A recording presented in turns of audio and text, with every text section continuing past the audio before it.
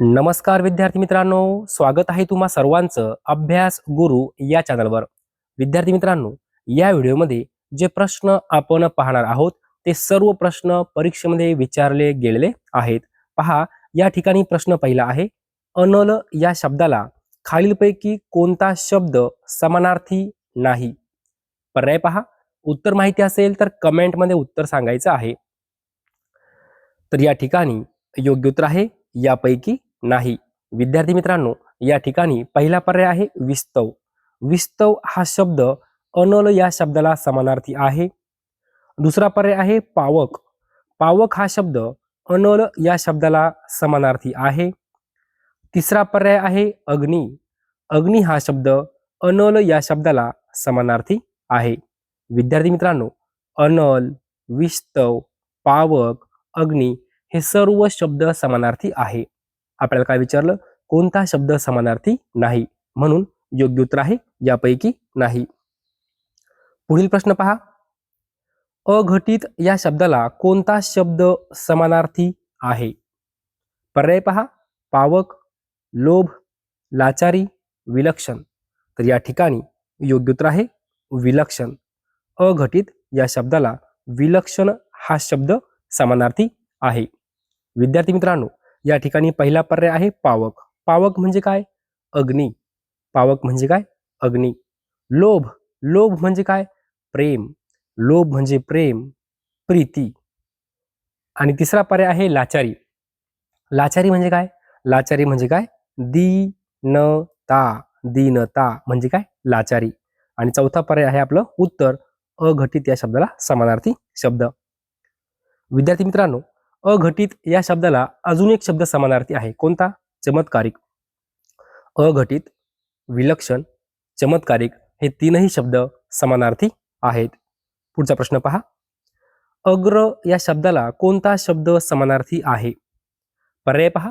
उत्तर माहिती असेल तर कमेंटमध्ये उत्तर सांगायचं आहे. अग्र. विद्यार्थी मित्रांनो, या ठिकाणी हा तुम्हाला बाण दाखवलेला आहे.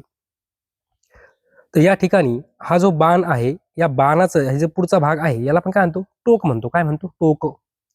मग अग्र या शब्दाला कोणता शब्द समानार्थी आहे? तर टोक हा शब्द समानार्थी आहे. म्हणजेच काय? पुढचा भाग. अग्र म्हणजे काय? हा जो पुढचा भाग आहे ना, यालाच अग्र म्हणतात, म्हणजेच टोक.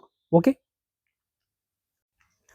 विद्यार्थी मित्रांनो, या ठिकाणी पहिला पर्याय दिला होता तर्क. तर्क म्हणजे काय? तर्क म्हणजे काय? अंदाज. तर्क म्हणजे काय? अंदाज. म्हणजे हा पर्याय नसणार. दुसरा पर्याय काय आहे? आग्रह. आग्रह म्हणजे काय? हे का. हे का. आग्रह म्हणजे काय? अट्टहास. अट्टहास. आग्रह म्हणजे काय? अट्टहास. म्हणजे हा पण पर्याय नसणार. आणि तिसरा पर्याय आहे समय. समय म्हणजे काय? काल, वेळ, अवधी. समय म्हणजे काल, वेळ, अवधी. लक्षात ठेवायचं आहे. आपल्याला विचारलं काय? अग्र या शब्दाला समानार्थी शब्द कोणता आहे? टोक हा शब्द आहे. पुढील प्रश्न पहा, संसदेमध्ये पुढीलपैकी कोणाचा समावेश होत नाही? प्रश्न महत्वपूर्ण आहे. वारंवार पोलीस भरती, तलाठी भरती, वनरक्षक भरती, आरोग्य भरतीमध्ये हा प्रश्न विचारला गेला आहे. संसदेमध्ये पुढीलपैकी कोणाचा समावेश होत नाही? तर पहा, या ठिकाणी पहिला पर्याय आहे आपलं उत्तर, सर्वोच्च न्यायालय.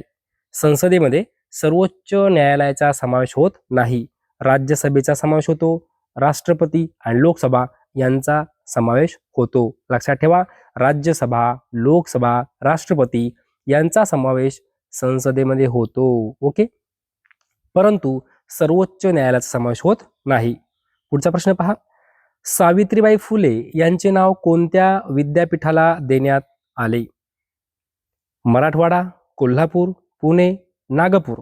तर या ठिकाणी योग्य उत्तर आहे पुणे. सावित्रीबाई फुले यांचं जे काही नाव आहे ते पुणे विद्यापीठाला देण्यात आले. पुढचा प्रश्न, सर्वोच्च न्यायालयाची न्यायाधीश संख्या ठरविण्याचा अधिकार कोणाला असतो? प्रश्न महत्वपूर्ण आहे. विचार करून या प्रश्नाचं उत्तर द्यायचं आहे. सर्वोच्च न्यायालयाची न्यायाधीश संख्या ठरविण्याचा अधिकार कोणाला असतो? तर योग्य उत्तर आहे संसद. लक्षात ठेवा, संसद. पुढचा प्रश्न पहा, उच्च न्यायालयातील न्यायाधीशांच्या नेमणुका करण्याचा अधिकार कोणाचा आहे? तर या ठिकाणी योग्य उत्तर आहे राष्ट्रपती. उच्च न्यायालयातील न्यायाधीशांच्या नेमणुका करण्याचा अधिकार राष्ट्रपतींना आहे. पुढे पहा, दोन किंवा अधिक घटक राज्य व केंद्रशासित प्रदेश यासाठी एक उच्च न्यायालय असेल अशी तरतूद डॅश डॅश या घटनादुरुस्तीद्वारे करण्यात आली. कोणती घटनादुरुस्ती आहे? तर 7वी घटनादुरुस्ती. लक्षात ठेवा, 7वी घटनादुरुस्ती. काय आहे? तर दोन किंवा अधिक घटक राज्य व केंद्रशासित प्रदेश यासाठी एक उच्च न्यायालय असेल अशी तरतूद जी काही 7वी घटनादुरुस्ती आहे त्याद्वारे करण्यात आली आहे. पुढचा प्रश्न पहा, उच्च न्यायालयाच्या न्यायाधीशांना राजीनामा द्यायचा असल्यास त्यांना तो कोणाकडे सादर करावा लागतो? विद्यार्थी मित्रांनो, हा प्रश्न 10 वेळापेक्षाही जास्त वेळा पोलीस भरती, तलाठी भरती, वनरक्षक भरतीमध्ये विचारला गेला आहे. लक्षात ठेवा, उच्च न्यायालयाच्या न्यायाधीशांना राजीनामा द्यायचा असल्यास त्यांना तो कोणाकडे सादर करावा लागतो? तर राष्ट्रपतींकडे सादर करावा लागतो. राष्ट्रपती. पुढील प्रश्न पहा, सर्वोच्च न्यायालयात 2G स्पेक्ट्रम घोटाळ्याशी संबंधित जनहित याचिका कोणी दाखल केली? काय म्हटलं? सर्वोच्च न्यायालयात 2G स्पेक्ट्रम घोटाळ्याशी संबंधित जनहित याचिका कोणी दाखल केली? तर सुब्रमण्यम स्वामी यांनी. पुढे पहा, कोणत्या एकमेव संघराज्य प्रदेशास स्वतंत्र उच्च न्यायालय आहे? असा कोणता संघराज्य प्रदेश आहे ज्याचं स्वतंत्र उच्च न्यायालय आहे? तर या ठिकाणी योग्य उत्तर आहे दिल्ली. दिल्ली. पुढचा प्रश्न, खालीलपैकी कोण आंतरराष्ट्रीय न्यायालयामध्ये नियुक्त केलेले पहिले भारतीय न्यायाधीश आहेत? हा प्रश्न खूप वेळा तलाठी भरती, पोलीस भरतीमध्ये विचारला गेला आहे. आंतरराष्ट्रीय न्यायालयामध्ये नियुक्त केलेले पहिले भारतीय न्यायाधीश कोण आहेत? तर डॉक्टर नागेंद्र सिंग.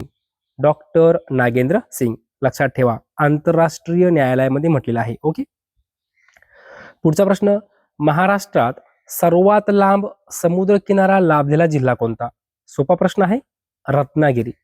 सर्वात लांब समुद्र किनारा रत्नागिरी या जिल्ह्याला लागलेला आहे.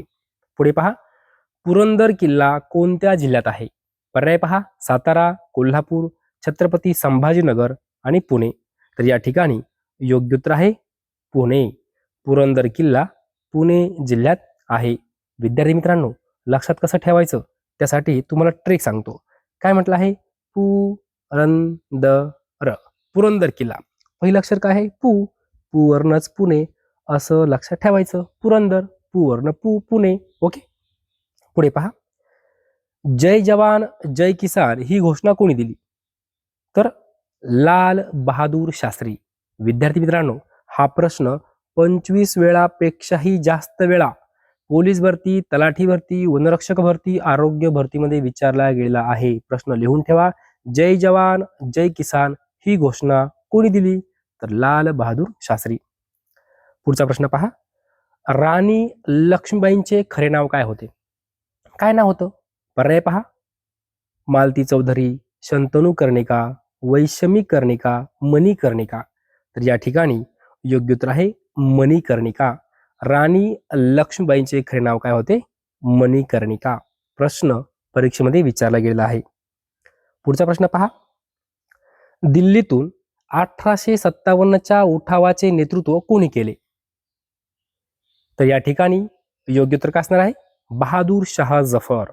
बहादूर शाह जफर यांनी दिल्लीतून 1857च्या उठावाचं नेतृत्व केलं. पुढचा प्रश्न पहा, शरीरातील रक्त शुद्ध करणारा अवयव कोणता आहे?